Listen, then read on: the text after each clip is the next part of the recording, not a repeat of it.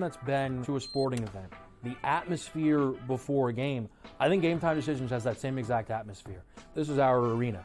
This is what we do. There is going to be an energy to Game Time Decisions that you will feel night in and night out. The excitement you get when you lock your bets in, when you're figuring out what you want to do, we can zone in on the biggest games each night. I want this to be the place that people come to before the games start so they feel as ready as possible to lock in their cards. We are going to hit every single one of those markets that you need to know about. We're going to go through every single thing, and I've got a great team behind me that's going to help me get the job done. There is not going to be a better place, I promise you, than Game Time Decisions to get that new information, react to it, and be able to then bet accordingly. We will have everything at our disposal, and we will use that to our advantage. I'm Kevin Walsh. Tune into Game Time Decisions from 6 to 8 p.m. Eastern on SportsGrid.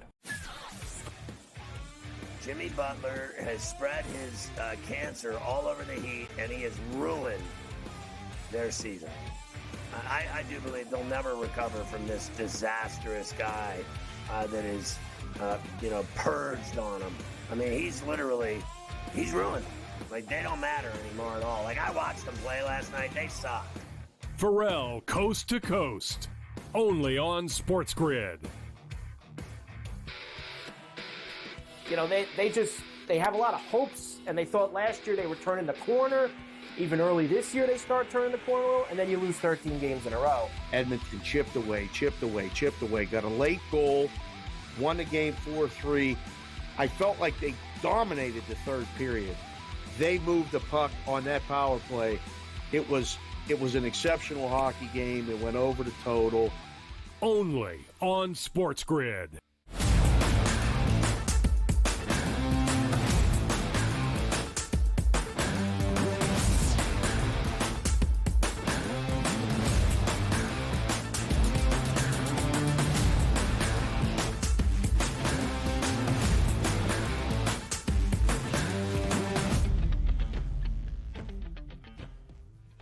Live right here on this Wednesday morning on the early line. It is hour number 3, our third and final on TEL. He is DRS. I am Ben Stevens. One more hour to go up until 11 a.m. Eastern time. We'll continue our Super Bowl conversation between two guys that are going to watch Super Bowl 59. We'll talk some PGA Tour plays at one of the great stops each and every year on the PGA Tour. That would be Pebble Beach, with some big names back in the tournament field.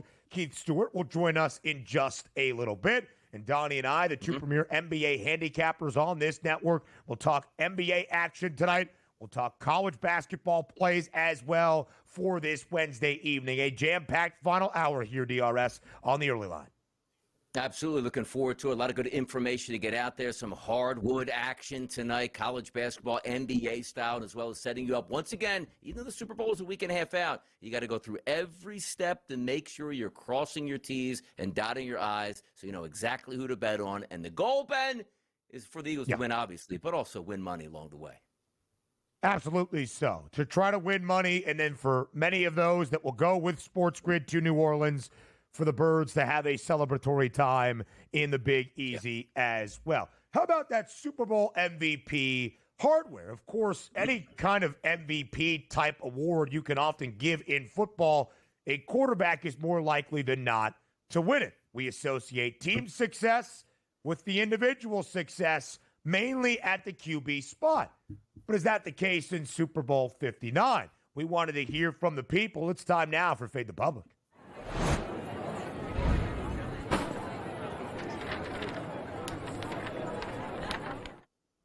Patrick Mahomes is the favorite to win the NFL or to the Super Bowl 59 MVP award at plus 110. Jalen Hurts doesn't even have the best price on his team. That would be the running back extraordinaire, having a record-setting and historic year in the National Football League, Saquon Barkley at plus 280. Thus, does Hurts provide some value? Because the question, DRS, at SportsGrid on Twitter, which quarterback is a better bet to win Super Bowl MVP? Not necessarily which quarterback is more likely to win the award, which quarterback is a better bet. Does that bigger plus money price on Hurts allow some value to be in consideration? Mahomes at plus 110, Hurts at plus 370. The public still backing Patrick Mahomes with nearly 75% of the vote, 3/4 of the vote on Patrick Mahomes. Donnie, are you fading the public? No. I think the public has it absolutely correct in this one. Would I love to see Jalen Hurts win the MVP? Sure. That means what? You probably would have 285 plus, 3 or more touchdown passes, no turnovers, 40 to 50 yards on the ground, and maybe a tush push. Say, boy, that sounds like an easy MVP. Is it always going to be that tough? Do you need that many? No, because the Philadelphia Eagles have Saquon Barkley in the backfield who can anytime hit a home run, which means 18 carries, 179 yards, and 3 touchdowns, and you win the game, and Jalen Hurts has a good game. You're probably going to give it to Saquon Barkley. And we would agree with that. But also at the same time, Patrick Mahomes, is there any way, shape, or form that the Kansas City Chiefs win? It was like, man, look at that. It was Isaiah Pacheco, 19 carries, 242 yards, and 2 touchdowns. No, it is all on the back of Patrick Mahomes. That's why he's a plus 110 price, basically the same price, if you will, just to win the game in itself. You say, boy, I get there's 22 starters out there. I get one of the 22 starters for that at that price? Yeah, because he's going to win it if the Chiefs win the ball game. There's nobody else that's even a close second to me that'll even argue with, Ben. Yeah, listen, I think it's Patrick Mahomes. I think the public has this completely correct in terms of value of which quarterback is a better bet to win Super Bowl MVP. The great thing about this game, although the public might not love it from the optical perspective, same teams, Chiefs there again, second time these two teams have played in a Super Bowl in a 3-year span, not new, not exciting, not creative, not innovative. From a betting and handicapping perspective, you have direct sample sizes. Not, what would this team do based on their regular season resume in the biggest game of a year? The Chiefs have played in 5 Super Bowls. This will be their 5th in the last 6 years. They have previously played in 4 with largely the same cast and crew, at least at the quarterback spot. How has Patrick Mahomes performed in the prior Super Bowls in his career? These two teams have played each other. What did they do against each other 2 years ago out in the desert in Glendale, Arizona? Donnie, in the 3 previous Super Bowls that Kansas City has won with Patrick Mahomes as its starting quarterback, who has won Super Bowl MVP every time? Patrick Mahomes. If the Chiefs win this game, of which they are still favored to do, Mahomes is going to win the Super Bowl MVP award, thus, which in my mind makes him the better bet. If the Eagles win Super Bowl 59, there's a great chance for Jalen Hurts to win. But based on how Philadelphia has been dominant this year, as we have seen so far in this postseason run, Saquon Barkley is also going to factor in to the conversation. Do I like the longer odds on Jalen Hurts to provide a bigger potential cash out in plus money payment? Not necessarily. I still think the safer bet of which quarterback provides better value is still Patrick Mahomes. Yeah, and that's what it comes down to at this point. The pathway to victory for the Philadelphia Eagles could run through Hurts.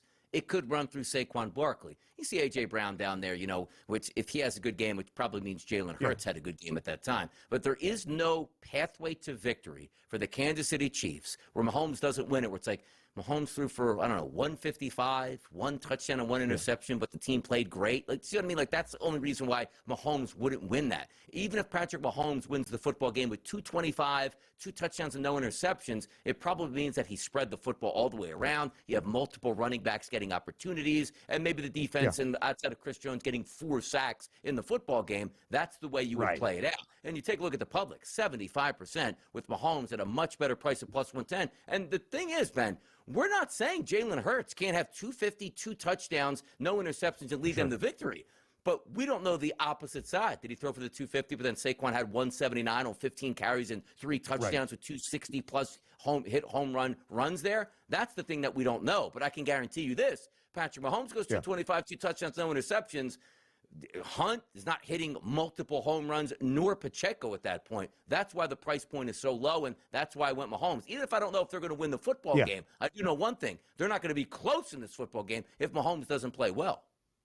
So we talked about how illustrious Patrick Mahomes has been, and now the 7 AFC championship games he has played. The previous 2 years, including last Sunday against Buffalo, fewer than 250 passing yards. He stayed under his prop that closed at 258.5 for the matchup against Buffalo. These are the Super Bowl odds. We'll talk about those in just a moment. Because, Donnie, he has been prolific from a touchdown to INT ratio, that being Mahomes in AFC title games. 16 touchdowns to only 2 interceptions now in the 7 he has played. In his 4 previous Super Bowls, he has thrown at least 1 interception in 3 of the 4. 7 touchdowns to 5 picks. The only Super Bowl in which he did not turn the football over was against Philadelphia. But it wasn't overly illustrious through the air. 270 plus in every Super Bowl except number 57 against the Birds. But he was 21 of 27 for $182, incredibly efficient with 3 touchdowns. I wonder, and in that game, the Chiefs were victorious, and Patrick Mahomes won Super Bowl MVP. As we talk about pathway, DRS, is there a way that Jalen Hurts skies over both of his props 11 days from now in New Orleans? And Saquon Barkley has 17 carries for 59 yards and does not score a touchdown. Do you think in that game plan, in that recipe, Philadelphia can ultimately come out on top with a Lombardi trophy? I do, because the defense is that good, which means that you're probably in more of a dogfight than you want to be. See, the Eagles can win multiple ways. They can score 55 points in a game, but they can also beat you in a lower scoring game like you saw against the Green Bay Packers with a competent defense. And also it does come down to injury situations. The Eagles hung 55 in a game where we weren't sure if the quarterback was going to be able to even play or stand up in the pocket. Yeah. Think about that. Jalen Hurts, 3 rushing touchdowns against the Commanders, 3 rushing touchdowns against the Chiefs 2 years ago. More TEL next.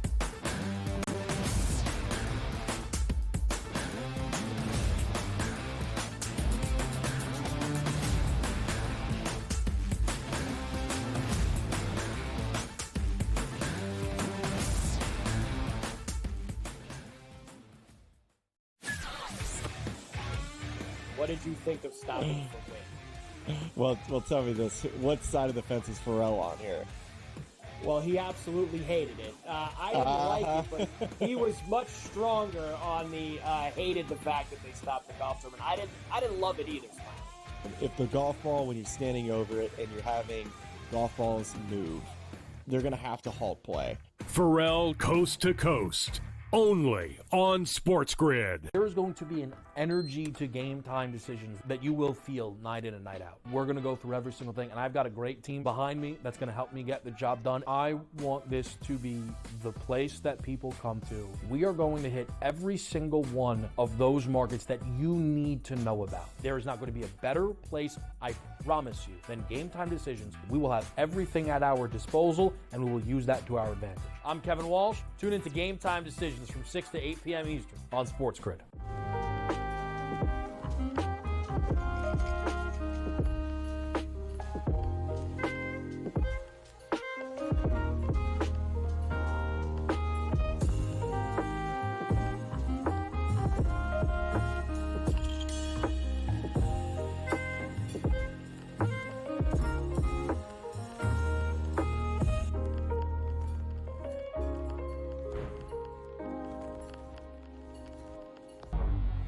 Two guys that can do it all. Too much electricity this morning. This is a good time. We're having a lot of fun. I had to do a triple take. Ka-ching! Why? Because of parity. I didn't mean to offend. Yeah, it's not going to happen. Load management is a dirty word. Let him rip. You know what? Circumstances provide the results. What? How do you do this once? Oh, Donnie, you got such a good show there. A network that is booming. The Early Line, only on SportsGrid.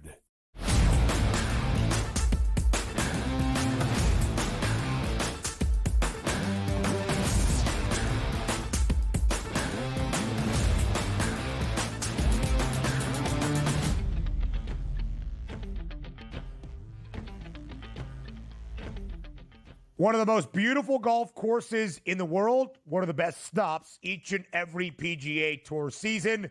The California Swing now underway. And we head out to California where Keith Stewart joins us live bright and early on this Wednesday morning in the Pacific time zone near Pebble Beach. Keith, we appreciate the time. Thank you for being here on this Wednesday. I hope after this, you close the computer, you head outside, and you take in the scenery that is 17-mile drive up there in Northern California. Well, Ben, good morning on the early line. And you're right. The best gets better. It's like having a U.S. Open every year now at Pebble Beach by making this a signature series event on the PGA Tour. The best in the world are here. It used to be more of a middle tier event, and it was the Clam Bake, the Pro-Am, 3 different golf courses. Now we're primarily focused on Pebble Beach.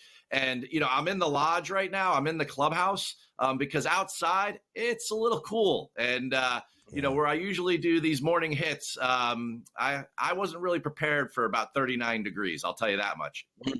You do have to deal with that this time of year, no doubt about it. AT&T Pebble Beach Pro-Am, you talked about it, Keith, signature event, which means the best in the world in the field. And let's start at the very top with world number 1, Scottie Scheffler. Again, we'll look at the odds in just a moment. Such a drastically short number at 4-1. More than half the price of everybody else. But in terms of Scottie making his PGA Tour debut this season after cooking Christmas dinner, suffering a gash in his hand that sidelined him for the first few weeks of this season, from a health perspective, Keith, how effective do you expect Scottie Scheffler to be at Pebble Beach? Well, I tell you what, Donnie, it's one of those things where everyone, you know, I knew that everyone was going to ask me this question. So I ran to find Scottie yesterday when I got on property, and I saw him on the practice putting green. I watched him play a couple golf holes. If not for the story, I wouldn't know that Scottie was hurt. He was in the press room late yesterday afternoon, and he explained the whole story. He even showed the inside of his hand, and now it was covered in a bandage, but more like a Band-Aid, not like a wrap. But it definitely was one of those situations where he seems fine. And if we didn't know this story, and if you guys haven't heard the story, it's absolutely wild because the press crew made him go through it yesterday. He and his wife, Meredith, were making raviolis from homemade pasta. So he took a wine glass and he was using that to cut the circles. He was using the rim and he was pressing down on the bottom, and the stem cracked and it went into his hand. I mean, you talk about, like, this is the number 1 player in the world. Like, as Rory said in his press conference, hire a chef. Like, what are we doing? But he is back. If it was not for the fact that we knew this story, and this was the first place that he started, I wouldn't have known anything different. He's hitting the ball in the center of the club face. And I tell you what, it actually provides a really unique live betting opportunity because we're not going to hit him at 4-1, 5-1, whatever he goes off. He's going to go off, and he gets 4 rounds. This is a no-cut event for the 80 players that are here, and he's going to get better as the rounds go on. If his number jumps a little bit, it gets over 10-1. It's an auto bet for me, and it should for the audience too. Big names in the field. We love to see it on one of the best golf courses you can find, both visually and also the play of the golf course. But talk to us how this tournament is going to play out, because we see Spyglass Hill, the Pebble Beach Golf Links, the weather conditions. How do we think this tournament's going to look this week, Keith? Well, first of all, Donnie, let's talk about the weather. The first couple days, it's going to be cool. It's going to be dry, not a lot of wind. And the guys are going to play 1 round with their amateur partners on Pebble Beach and Spyglass Hill. Now, Spyglass Hill, if you're not familiar with it, it's very Monterey Peninsula-esque. 6 holes go out towards the Pacific Ocean, and then the rest are in the Monterey Woods. A lot of elevation changes, difficult golf course. 2 of these golf courses are, you know, they're not the hardest in the world, but you know what? They are going to test these guys. And then for the weekend, we're going to get Pebble Beach all weekend. There is a chance of some rain on Saturday. They have not seen rain here in a very long time. All of California, we know about, you know, what is going on down south, whether it was Torrey or LA with the fires. It has been very, very dry here, and the golf courses are going to play super firm and fast. I was out walking yesterday with a bunch of different groups, and the ball is just bouncing off those greens. So that's the format for this week. The amateurs take a seat. Pebble Beach for the weekend. You know, I think it's 39 of the top 50 players in the world are in the field. I mean, we have an elite extravaganza ready to entertain us all weekend, and there's no football. So you guys might even tune in. Look at that. We could just Look sit at back that. and watch that B-roll package the entirety of the next 2 minutes, and that would just be beautiful to sit back and enjoy. It's what Keith Stewart gets to see live and in person this week. So, Keith, you mentioned Scotty Scheffler at the pre-tournament price of 4-1. Not exactly where you're looking, but when there's such a drastically short favorite and some really great golfers elsewhere in this field, it provides opportunity. Who are you keeping an eye on to have a great week out there in the Monterey? You know, of the favorites, you know, we're talking about Rory, we're talking about JT, Justin Thomas, we're talking about Colin Morikawa. Colin is one of my early leans this morning on the early line. I love Morikawa's form coming into here, and a lot of people forget this, but he went to Cal. So one of the keys this week, one of my Keith's keys, is you got to be able to putt on Poa annua greens. And there's no doubt that he can do it. And this Northern California Poa annua tends to be some of the most bumpy. And then you go seaside and it gets even a little bit more like a carpet versus really like that plush, you know, green surface that we're all used to at our local home course. And, you know, these guys are from this area. And, you know, I talk about the Mav McNeelys and those guys and the Tigers. They've all done well here because they played in this region when they were in college. So I love Morikawa. I love his accuracy. I love his ability to hit the driver. I love that Pebble Beach is the third shortest golf course on the PGA Tour. And it's a ton of wedge play. You are going to hit so many wedges. 75% of your approach shots come from 125 to 175. A little further down the board, I'm going to go with my boy Tom Kim, who I think Donnie's going to start calling Tom Sim after his MVP performance the other day on TGL, right? Tom Kim was electric on Monday night. I know everybody was looking for Cooper Flag, but Kim stole the show, right? And at plus 6,600, I love him this week. He's fifth in the field on approach, and he seems fired up and ready to go. And you know what? This kid, he was close at the Travelers. And if you take away the Pacific Ocean, you know, very similar skill set that you need to contend. So those are my two early leans on the early line. Keith, we appreciate it as always. The early leans on the early line. Keith Keys for any individual event throughout the PGA Tour season. Keith, enjoy the week at Pebble, my man. Take in those views. More on the early line up next.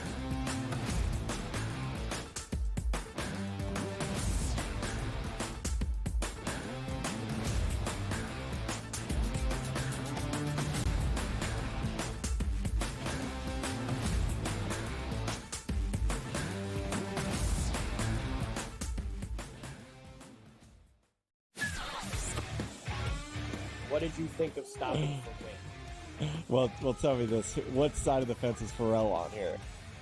Well, he absolutely hated it. I didn't like it, but he was much stronger on the hated the fact that they stopped the golf tournament. I didn't love it either. If the golf ball, when you're standing over it and you're having golf balls move, they're going to have to halt play. Pharrell Coast to Coast, only on SportsGrid. There is going to be an energy to game time decisions that you will feel night in and night out. We're going to go through every single thing, and I've got a great team behind me that's going to help me get the job done. I want this to be the place that people come to. We are going to hit every single one of those markets that you need to know about. There is not going to be a better place, I promise you, than Game Time Decisions. We will have everything at our disposal, and we will use that to our advantage. I'm Kevin Walsh. Tune into Game Time Decisions from 6 to 8 p.m. Eastern on SportsGrid.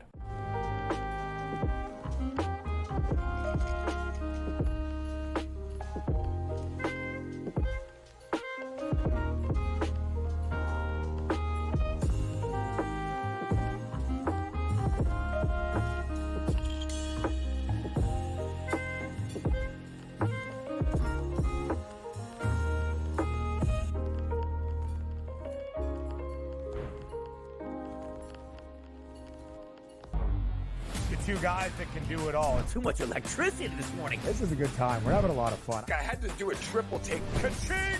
Why?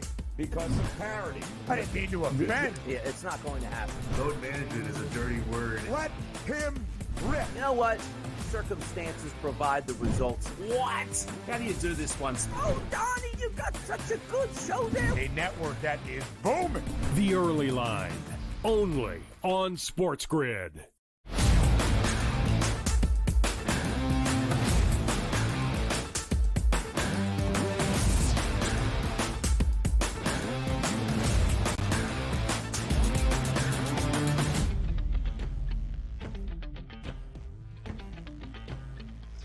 11 games around the association on this jam-packed and robust Wednesday night slate in the NBA. Of course, you have your two premier NBA handicappers on the SportsGrid network with you to take you through all of the action that you need. And a reminder that I have said a few times, we are past the midway point of this NBA season. 46, 47, 48 games for these clubs around the NBA.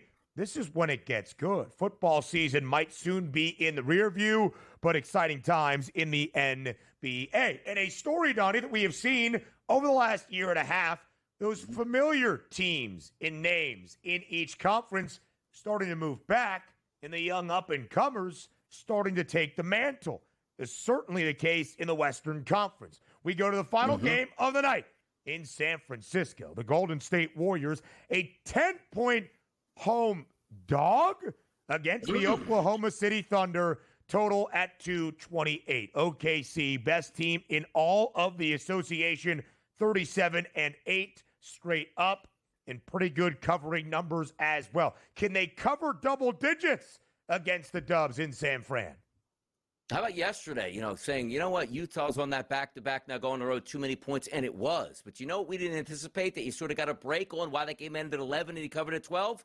Steph Curry sat out last night because why? They had a back-to-back. Figured that was an easy victory, and they're going to need Steph Curry tonight. So for me, I look at that line that opened here in New Jersey at -10, still sits at -10 as we speak right now. A total that opened up at 226.5, now up to 228 even. You see the 228.5 on that docket there, but those numbers are set to change. But for me, it's just simple. Steph's back in the lineup tonight. I think they'll give an honest effort. Do I know if they can win the game? Possibly. They're at home. But the fact that Steph sat last night and didn't play, you might be saying, you know what? They could have played him last night and sat him tonight. I like what they did. Let's get after it. Let's have some fun. I'm taking the double digits at home with the Golden State Warriors. Listen, I think Oklahoma City is a far better team. But Golden State catching 10 at home when Steph rested last night to get set for this game? Yes. Oof. Golden State, of course, started off the year great, 12-3. Since then, really over the last month and a half, 2 months, it has been a mighty struggle. But the Warriors still as an underdog this year, 11-9 against the spread. OKC, often a favorite in all but 2 games this season, 26-15-3 against the number as the favorite side. Not just winning games outright, but covering when expected to just seems to be a tad too large in terms of the margin. The Chicago Bulls earlier this week, a upset win at home, catching 9.5 against the full-strength Denver Nuggets. Now the Bulls catching 14.5 as they head to Boston. The Celtics at home in that step-up spot against the Rockets earlier this week, beat outright at the buzzer by Amen Thompson and Houston. Will the Celtics be motivated, DRS, to say, hey, we're still the reigning NBA champs for a reason? Oh, they will. But again, we're not asking right now, can they hang within double digits? You are getting over a touchdown in this game, which usually, if you're reading lines and doing nothing else, you probably should take the Celtics. This is supposed to set up as a butt whipping. 234.5 is the total opening in New Jersey here at FanDuel, down to 231. The 14.5s haven't moved all that much. Estimated starting lineup, Lonzo Ball, Kobe White, Giddey, Dosunmu, and Vucevic. And then you take a look at Holiday, White, Brown, Tatum, and Porzingis. It should be a blowout. It should be an easy victory. But even in the NBA, like, okay, if it ends up 143-110, like we just saw the Knicks the other night, absolutely lay waste to an opponent, I'm taking the 14.5. I'll be square tonight. Give me the 2 touchdowns, and I'll live with it with the Chicago Bulls. 16-1 against the number for the Bulls as an underdog. No surprise. The Celtics have often been booked as a favorite this year. 45 of 47 games. 29 of those 45, a double-digit favorite. Just as a favorite overall, 18-26-1 against the number. Not necessarily overwhelming what the odds are anticipating. No Jimmy Butler, of course, for the Miami Heat at home, hosting the Eastern Conference's best team in the Cavaliers as a 7.5-point dog. 227 in a hook is the total. How do you break down this South Beach showdown? Yeah, I think Cleveland wins this game, but you know what's more interesting, too, is typically with the Miami Heat, you're getting a total that opened up at 226.5, and now it's at 227.5. I'm going to buck that trend. No Jimmy Butler in the game, maybe a little bit more game flow for the Miami Heat. Give me the over with the Cavaliers tonight, which usually always in a Heat game, I'm looking under. I'll buck that trend. Give me over the new updated number at 227.5. That's where the market is working, DRS. 7 teams this year have played 55% of more of their games to the over. Miami included, so is Cleveland. 30 overs this year alongside Denver, the most in the NBA. Plenty more around the association next.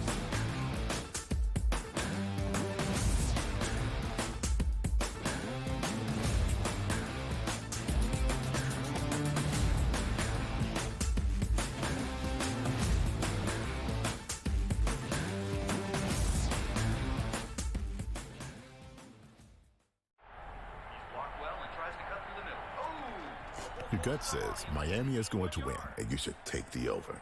Your gut also said your NFT selfies would only go up in value. They didn't. But your head is on SportsGrid and knows the QB is in concussion protocol. The backup has a 45 QBR against the zone coverage. The New York D has the most sacks in the league. So yeah, trust your head. It's smarter to be on SportsGrid. Anyone that's been to a sporting event, the atmosphere before a game, I think Game Time Decisions has that same exact atmosphere. This is our arena.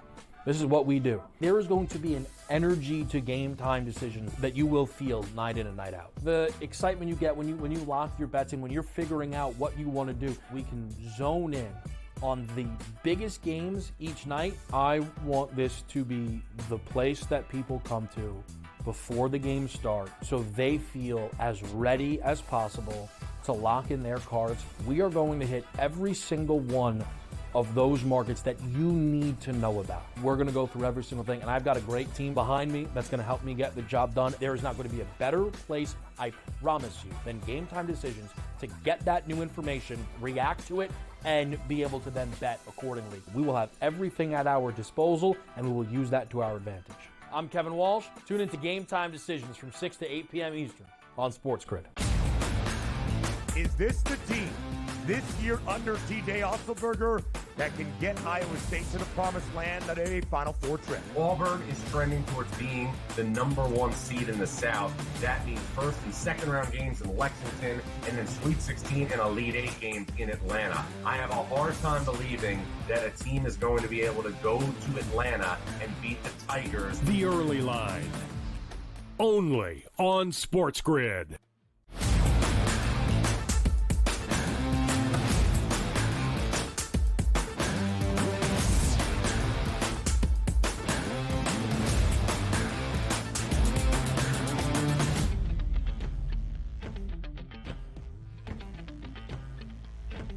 $11 games in the NBA and a great one inside Madison Square Garden. The New York Knicks, now 31-16, third best record in the Eastern Conference, winners of 4 consecutive games. Donnie, there are 6 teams around the association with at least 30 wins. The Knicks a part of that. The Nuggets 2 wins away from hitting that benchmark. 28-18, fourth best record in the Western Conference. Great showdown inside the world's most famous arena tonight. 3.5-point spread in favor of New York. The total, man, again, Tom Thibodeau basketball, 240. It makes sense. The Knicks have scored north of 140 in 2 consecutive games. They are playing to the over a ton. 5 of 8 games as of late. We shared right before the break. The Cavaliers and the Nuggets, the 2 most overs in the NBA this year, 30 of 46 games. Will we see points? And what will the outcome be tonight inside the Garden?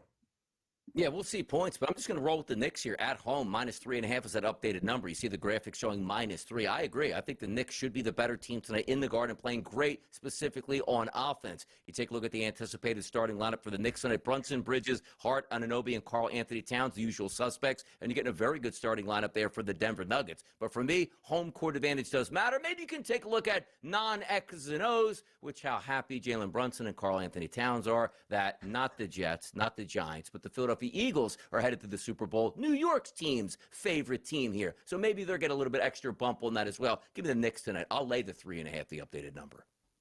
I knew Brunson was an Eagles fan. Yeah. Cat is an Big Eagles time. fan? Huge. Like the two biggest Eagles fans in the thought NBA. he grew up in North Jersey. Nah, it doesn't matter. Spread those wings. I don't know, man. Like, that doesn't sit right by me. If he, like, who would be but a if he's Giants or calling it Jets? Taylor Ham, Yeah. if he's calling it Taylor Ham, he should be back in the Giants. If he's calling it pork roll, then I'm okay with it. We'll find out. We'll do some investigative research. I did see Jay Billis, who I believe is calling the game in the elevator lobby here of our beautiful Midtown Manhattan studio, just a few blocks away from Madison Square Garden. Maybe I'll ask him to go 94 feet and get that information out of Karl Anthony Towns. I will say this, DRS. The Nuggets a good dog this year. Not often, as you might anticipate, 12 games, 7-5 ATS, 6 of those 7 covers, an outright victory. But they are just 1-3 against the number in their last 4 games as a dog here in the calendar year 2025. Nikola Jokic hasn't played in any of them, though. He is playing tonight. He has been a triple-double fiend once again. He is in the top 3 in terms of points, assists, and rebounds per game this year in the NBA. I'm kind of thinking the Nuggets win outright tonight, getting 3.5 in the Garden. All right, elsewhere in the NBA, again, 11 games. Let's head out to the Valley. They are still on Jimmy Butler watch in Phoenix. 1.5, though, in favor of the Timberwolves as they head out to take on the Suns tonight. 217 and a hook is that total. 2 teams, Donnie, that we often expect to contend for the Western Conference crown. 2 teams that are pretty much just middling. Both, though, have won 3 straight. It's basically a pick'em who continues the win streak tonight out in the desert.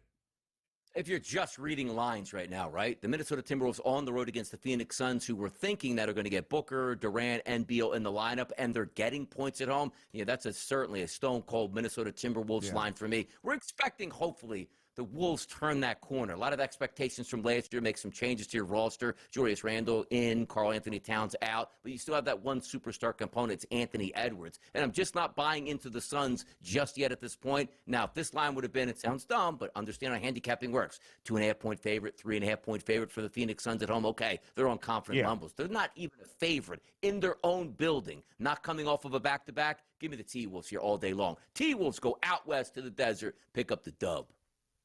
Right now, Julius Randle averaging only 18.9 points per game. That would be the fewest points per game on average for Randle since his 4th year in the NBA, way back with the Lakers in 2017-18. Not the production they were hoping for in that blockbuster trade that sent Anthony Towns to New York and, of course, brought Randle back to Minnesota. If the season ended today, the T-Wolves would be the 7th seed in the Western Conference, and the Suns would be the 8th seed. They would match up against one another in a play-in tournament game, but both teams hoping for so much more. San Antonio, 2.5 games out of a potential play-in position in the Western Conference, but of course now going to be in the news over the next 8 days. Sacramento could be interested in trading De'Aaron Fox. He has already listed Wemby and the Spurs as his preferred destination. Can the Spurs be competitive enough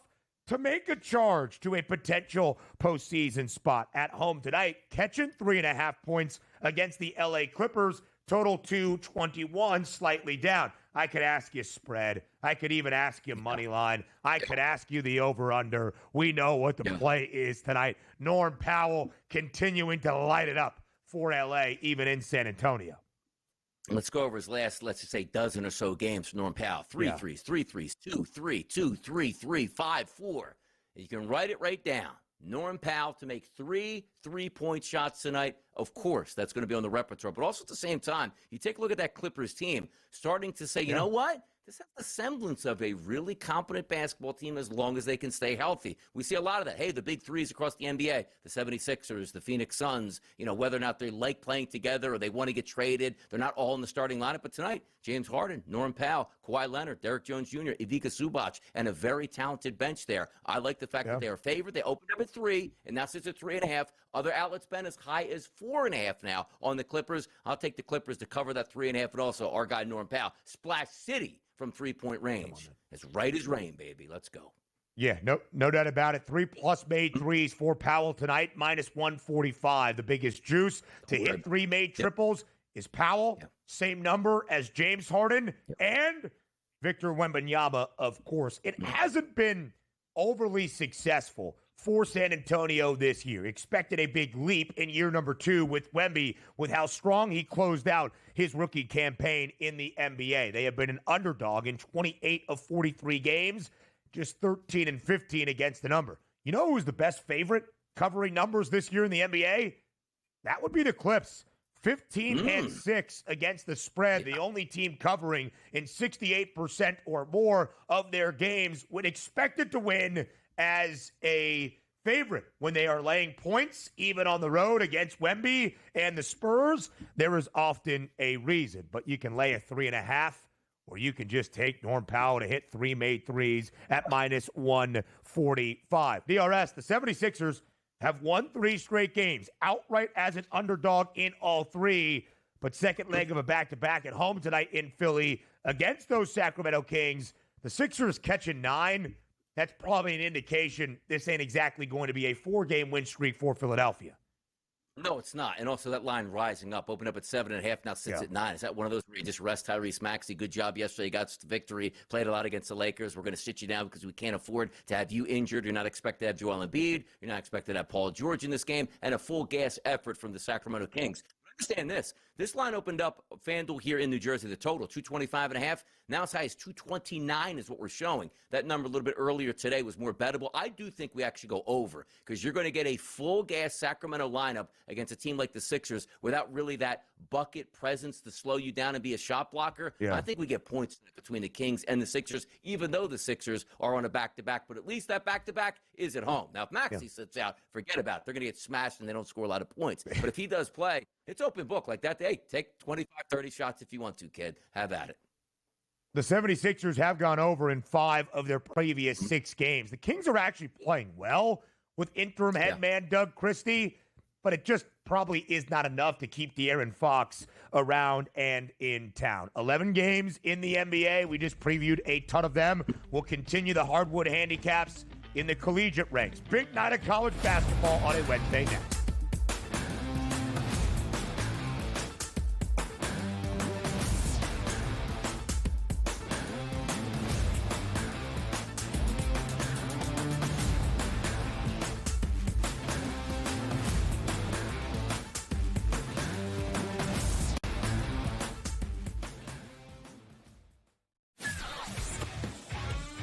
What did you think of stopping him from winning? Well, tell me this. What side of the fence is Pharrell on here? Well, he absolutely hated it. I didn't like it, but he was much stronger on the hated the fact that they stopped the golf tournament. I didn't love it either.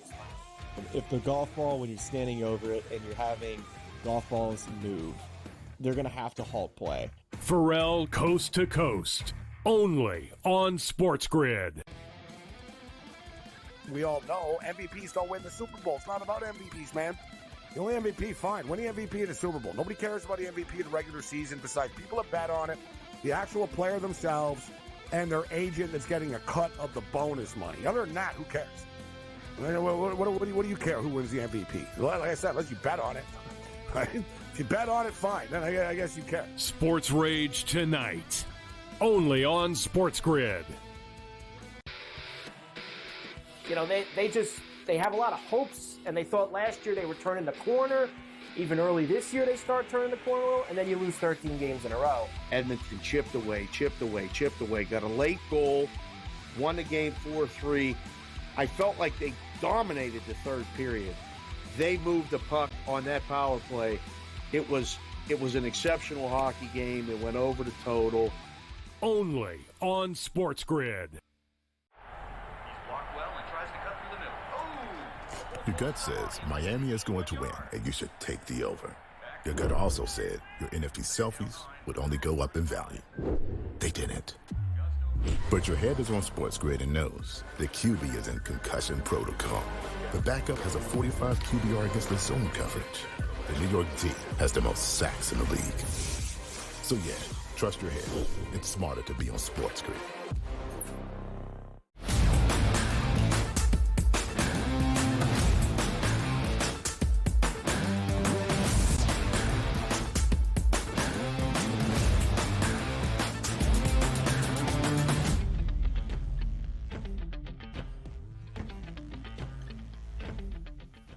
How about some hardwood handicaps in college basketball? I will always say that all year long, even in early November, that is your time to tune in. Do not wait until the madness really intensifies in March, because there is always chaos in college hoops.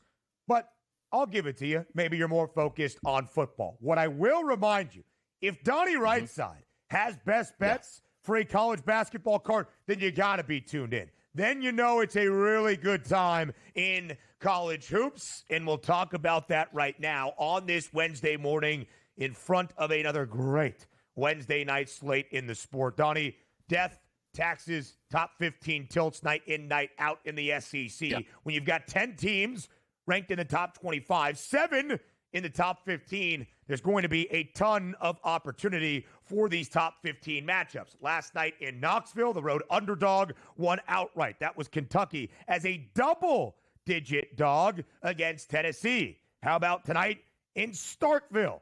Mississippi State, 14th in the country, hosting number 4 Alabama. It is basically a pick'em. Minus 113 now for Mississippi State. Minus 106 for the Crimson Tide. There, it's exactly even. Total 165.5. What do we expect tonight in Stark Vegas and another top 15 tilt in the SEC? Look, we know Alabama can score, but it's kind of odd for a 165.5 involving Mississippi State, not necessarily the team that you're looking to run and gun and be an unbelievable three-point shooting team. Also understand this in college athletics. Same thing with football. It's really hard to win on the road. So you might see these two numbers and be like, wait a second, Alabama's only favored by minus 1.5. Actually, Alabama's getting 1.5 now at the FanDuel Sportsbook. It's completely flipped over to Mississippi State's side. Now understand this. Styles do make fights, and this is going to be a tough game, and these best bets are tough to have because you are looking at roughly a pick-em game, and Alabama's better, but they're on the road. But some things do stick out to me in this game. One thing is Alabama does like to get to the free throw line. Mississippi State doesn't foul all that much. So that should help Mississippi State. But also, you have one team here in Alabama, likes to shoot the three-point shot. Distribution of those three-point shots, about 41% of their shots come from three-point range. Now, you take a look at Mississippi State's defense, which is very good, but they're 14th in conference play at chasing you off the three-point line. So if you just use without making the three-point shot, it's one team's comfortable shooting them, the other team's comfortable with letting you shoot them. That should be a slight advantage there to Alabama. Now let's flip it over to the Mississippi State offense. They don't get to the free throw line, and Alabama doesn't foul. You're not going to steal extra points. Now, the one thing you do think is interesting here is Mississippi State, Ben, what do they like to do? Actually shoot the three-point shots. 4th in conference play at close to 45% of their shots coming from three-point range. But Alabama, top 4 in the conference at defending the three-point line, and number 1 in conference play at chasing you off of the three-point line. So we're going to sort of zero in and say, okay, Alabama comfortable shooting threes, they're going to be allowed to do that. Mississippi State likes to shoot the three-point shot, but Alabama's like, we'll defend it, and we're not going to let you shoot all that many of it. So case in point for me is, yes, Mississippi State can go inside the arc, but if you're just looking at simplistically ranking these two teams going up against each other, I think Alabama's matchup is better than Mississippi State. But college basketball is a fickle beast, as you've seen. Hey, why is Alabama now getting points here? It's hard to win on the road in a really good conference, and Mississippi State is good. But for me, I'm still going to take Alabama here. Alabama, the 5th most efficient offense, in college basketball, playing at the fastest adjusted tempo in all of the sport. Number 1 out of 364 Division I team. Oh, well, then we love points tonight. The odds makers know that. It is why the total is 165.5. But I would agree, where Mississippi State has struggled this year, off to a 14-1 start, now have dropped 3 of their last 5. They haven't covered in this 5-game window either, is against those more efficient offenses within the SEC, or at least those that play at a higher pace. Kentucky over, Ole Miss over, as they have played so far this year. That defense that Chris Jans and his team's often known for have not been great. They'll get a great test tonight against the Crimson Tide. Auburn, still the number 1 team in the country. Janai Broome is back. They're laying 12.5 on the road tonight in the Bayou against LSU. The Tigers winless in quad 1 games. When the number 1 team in the country is coming to your home arena, it's a quad 1 game. Houston playing great basketball right now, undefeated in the Big 12, laying 8.5 against West Virginia. Any of those, DRS, feel like a trap spot for some of the best in the country.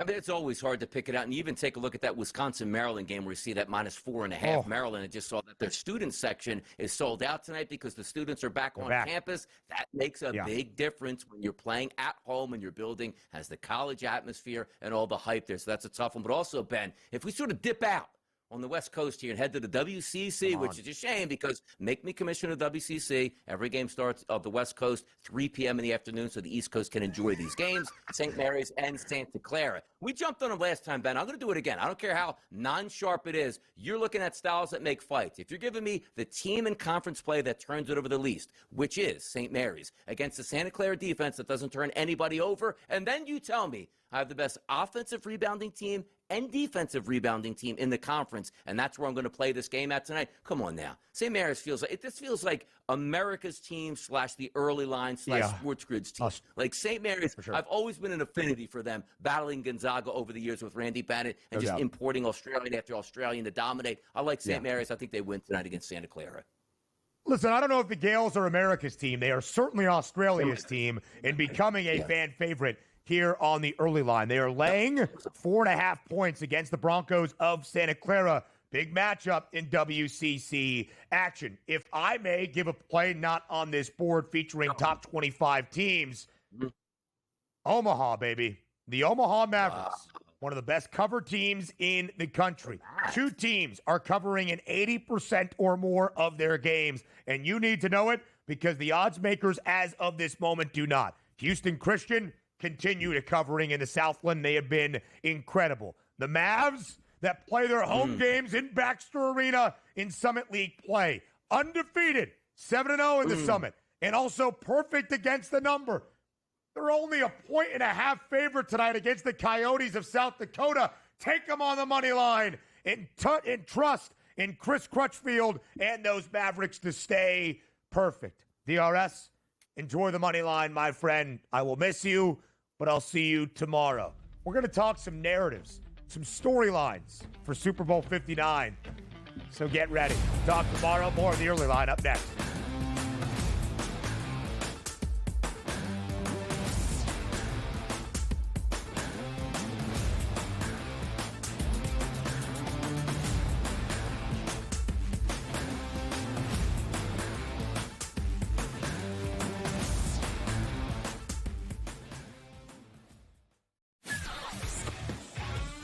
What did you think of stopping him from winning? Well, tell me this. What side of the fence is Pharrell on here? Well, he absolutely hated it. I didn't like it, but he was much stronger on the hated the fact that they stopped the golf tournament. I didn't love it either. If the golf ball, when you're standing over it and you're having golf balls move, they're going to have to halt play. Pharrell Coast to Coast, only on SportsGrid. There is going to be an energy to game time decisions that you will feel night in and night out. We're going to go through every single thing, and I've got a great team behind me that's going to help me get the job done. I want this to be the place that people come to. We are going to hit every single one of those markets that you need to know about. There is not going to be a better place, I promise you, than game time decisions. We will have everything at our disposal, and we will use that to our advantage. I'm Kevin Walsh. Tune into Game Time Decisions from 6 to 8 p.m. Eastern on SportsGrid.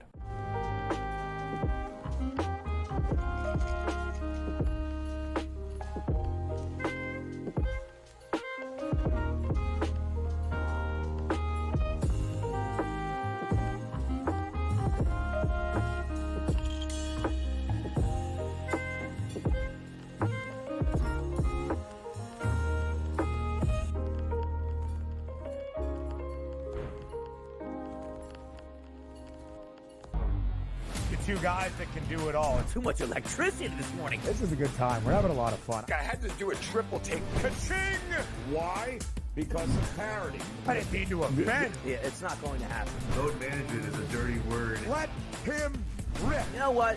Circumstances provide the results. What? How do you do this once? Oh, Donnie, you got such a good show there. A network that is booming. The Early Line, only on SportsGrid.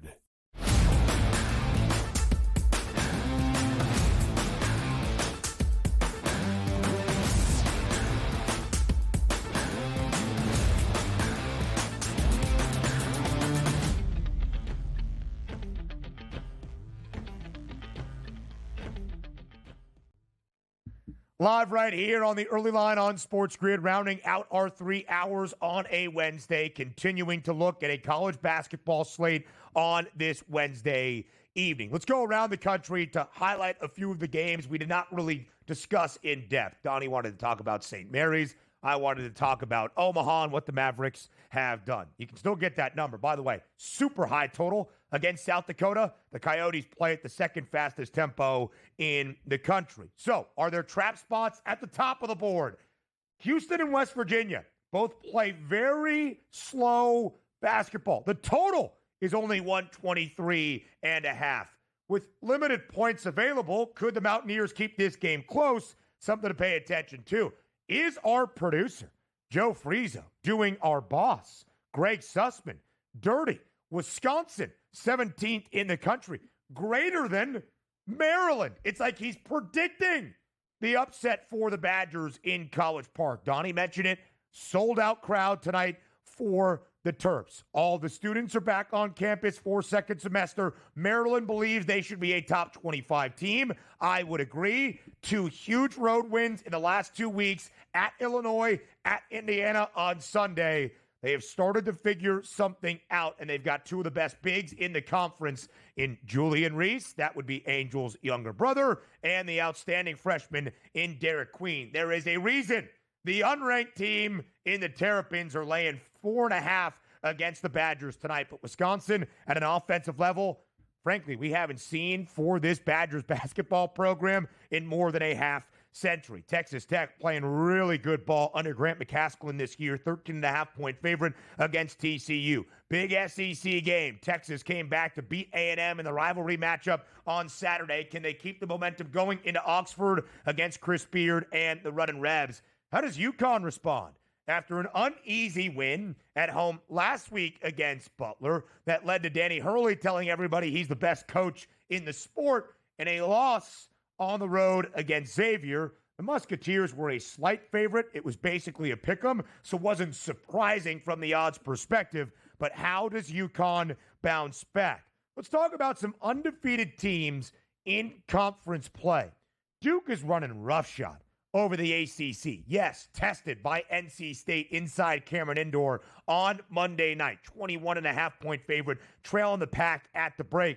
Still ended up winning that game by double digits. The Blue Devils are perfect. 10-0 straight up in ACC action with 10 more games to go, or at least 8 at this moment. Let me double check that. How many games do they play in the ACC? Not every conference plays the same. They play 20 in the ACC. Thank you, Joe Frieso. Can the Duke Blue Devils stay unbeaten? You might be thinking, conference basketball in college hoops is always crazy. There's upsets night in, night out. Well, Duke's playing great ball. They have won 8 of 10 games by double digits. They are often covering in those games. They have been booked as a favorite in every single game. Here is what is still at stake.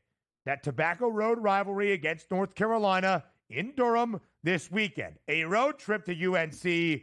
Oh boy, some big questions for Hubert Davis in year number 4 in Chapel Hill to end out the year. Then they have Wake Forest at home, Syracuse on the road. Really the game that will decide if Duke goes unbeaten at a plus 116. Yes, in my estimation, is 3 games from now on the road against Clemson. The Tigers only 1 loss in ACC play. How about Houston in the Big 12? You might be saying, come on now. They're not going to go unbeaten in the Big 12.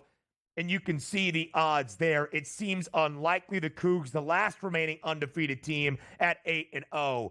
And Auburn's the best team in the country, in my estimation. Co-favorites right now to win a national championship alongside Duke. Best team in the country, Ben. They're ranked first in the AP poll unanimously. So I get that. I would bet on Auburn to win a tournament to win the national championship than I would bet on Duke. There's no chance the Tigers stay unbeaten in the SEC. It's just a gauntlet night in, night out. 7 teams in the top 15, 10 in the top 25 overall. Really, the story is Duke. Can they remain undefeated within the ACC? You would almost bet the no. A slip up along the way. Incredibly difficult, of course, to win all 20 of your conference games. But the ACC, yet another down season, at least right now in the regular season. They've been great in the tournament despite that perception the last few years. The schedule not overly difficult. Really, 3 games from now on the road against Clemson might be that toughest test for John Shire and the Blue Devils. That does it for a Wednesday on the Early Line. We're back tomorrow, Thursday, 8 a.m. Eastern.